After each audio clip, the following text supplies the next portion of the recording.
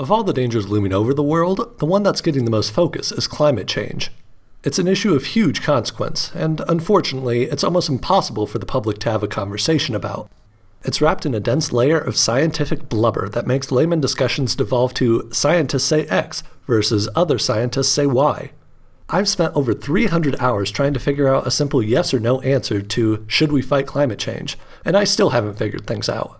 So here's 2 videos where I lay out some of the more interesting arguments from each side. In these videos, I'll roleplay as someone who unabashedly supports one side or the other, and while these videos won't directly contradict each other, they'll take on dramatically different tones in terms of how the facts are presented. To start off, here's why we should fight global warming. Meta-studies of climate research have shown that over 97% of scientists agree that humans are contributors to rising global temperatures.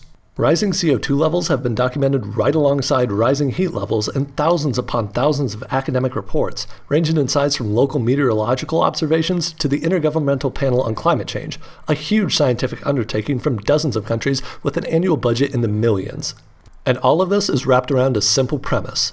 We use fossil fuels, which release CO2 and other gases when burned, and these gases cause a greenhouse effect, which warms the planet. Of all the arguments I've seen saying climate change isn't actually happening, none of them have been able to reasonably contest this simple chain of logic. The problem is that humans, human society, and practically every living thing on the planet has almost perfectly adapted to how the Earth is normally. Heating things up by just a few degrees can have disastrous results, as we've already started to see. The heat supercharges the hydrosphere, causing more intense floods, hurricanes, storms, and droughts around the world, leading to billions in property damage and millions of deaths. A melting of the polar regions dumps huge amounts of fresh water into the sea, disrupting the habitat of fish worldwide and causing an increase of the ocean by 1 to 4 feet, leading to huge disruptions and entire cities and islands being submerged. Then the oceans are hit by a double whammy, with rising CO2 levels being a problem beyond global warming.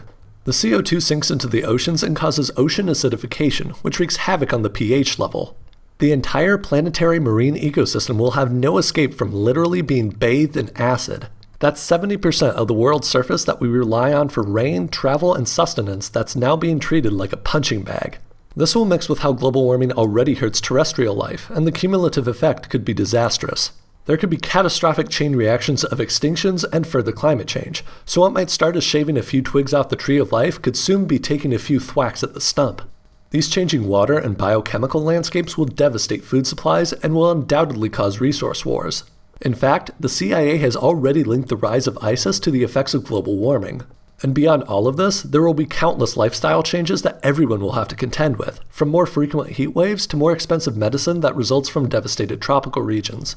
Now, it's very clear that there are substantial risks to doing nothing, but unfortunately the political will to resolve the issue hasn't been very forthcoming. It's one of the tragedies of America's two-party system that things get pigeonholed into either of 2 groups, where they might not belong and where they get mixed with other ideologies that shouldn't be put together. In today's climate of hyperpartisanship, the only solution is a reasonable compromise that drags the issue to the center away from the political parties. Fixing the environment isn't necessarily a left-wing issue. Even most staunch conservatives like regulations that keep iodine out of our drinking water and ordinances that keep smog at bay.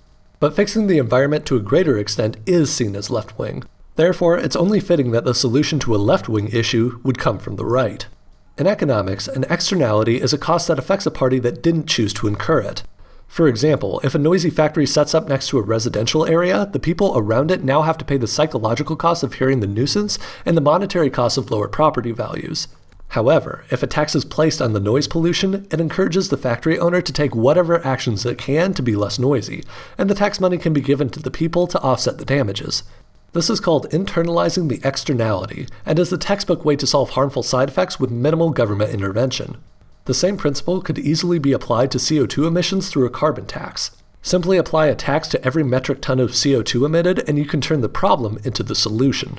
The best part is that the only role of the government would be to set up a nonpartisan commission to find out the cost of the tax.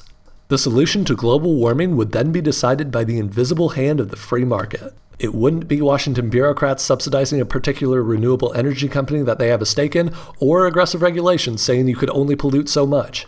Companies could belch carbon dioxide as much as they wanted to, so long as they're willing to pay. This will spur business owners to voluntarily try to reduce their carbon footprint so they can save money, and will generate research into renewable energy, which we should already be doing since fossil fuel supplies are limited. This idea has been implicitly or directly supported by many conservative leaders and think tanks, and a version of it was supported by Milton Friedman himself. Right now, CO2 is essentially priced at zero. If we dial that up to the actual cost of global warming, like we do for practically every other externality, then we could essentially solve the problem with minimal government intrusion. And on the off chance that global warming was a complete hoax, the tax could be turned down to zero. Simply put, this would be an investment. Our best scientific evidence indicates that global warming will have a significant cost in monetary terms. The carbon tax is therefore the best long-term solution to make sure that we don't pay trillions tomorrow for what could be solved with billions today.